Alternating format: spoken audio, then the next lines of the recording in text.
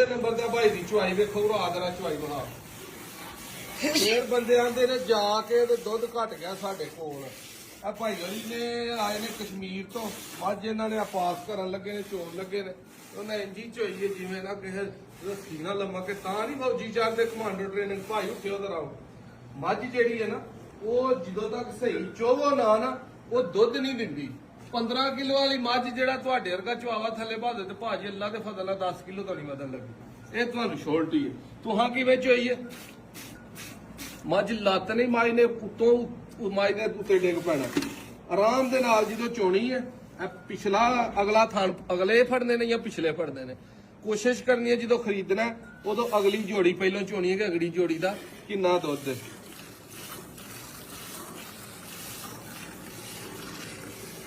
ਠੀਕ ਹੋ ਗਿਆ ਥਾਣੀ ਲੈ ਕੇ ਆਉਂ ਮਾਈ ਨੂੰ ਐ ਪਤਾ ਲੱਗੇ ਜਿਵੇਂ ਮੇਰੇ ਥੱਲੇ ਕੋ ਮਸ਼ੀਨ ਲੱਗ ਗਈ ਹੈ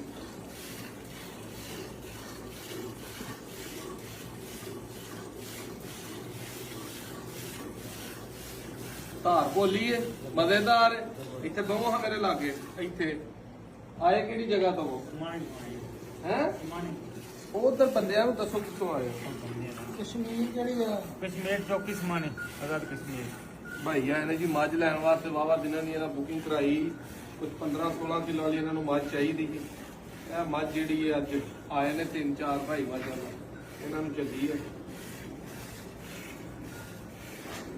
ਨਲਕਾਈ ਹੈ ਸੋਹਣੀ ਧਾਰ ਹੈ माशाल्लाह सोनी का अल्लाह अपन दिन को नहीं घाट को कर बाय कर सकता है बहुत अच्छे बंदे ने बहुत बंदे ने इज्जत देना ਤੁਹਾਡੀ अल्लाह जानी ਬਸ ਜਾ ਕੇ ਚੋਣੀ ਆਂਜੀ ਹੈ ਮਦੇ ਦੇ ਨਾਲ ਜਾਨਵਰ ਖੁਸ਼ ਹੋ ਕੇ ਚੁਆਏ ਇਹ ਵੇਖੋ ਬਰਾਦਾ ਵੀ ਇੱਥੇ ਉੱਤੇ ਲਿਆਓ ਇਹ ਇੰਜ ਜਦੋਂ ਗੁੱਟ ਧਰੇ ਹੋ ਨਾ ਇੱਥੇ ਗੁੱਟ ਹੀ ਲੈ ਕੇ ਆਉਂ ਭਾਵੇਂ ਇਹਦੇ ਉੱਤੇ ਠੀਪੇ ਰੱਖ ਦਵੋ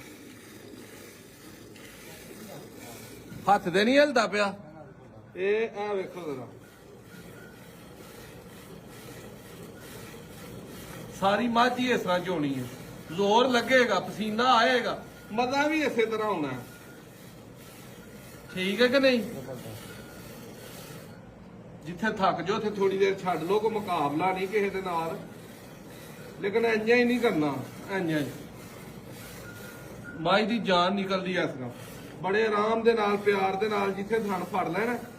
ਉੱਥੇ ਰੱਖ ਕੇ ਇਹਨੂੰ ਚੋਈ ਜਾਓ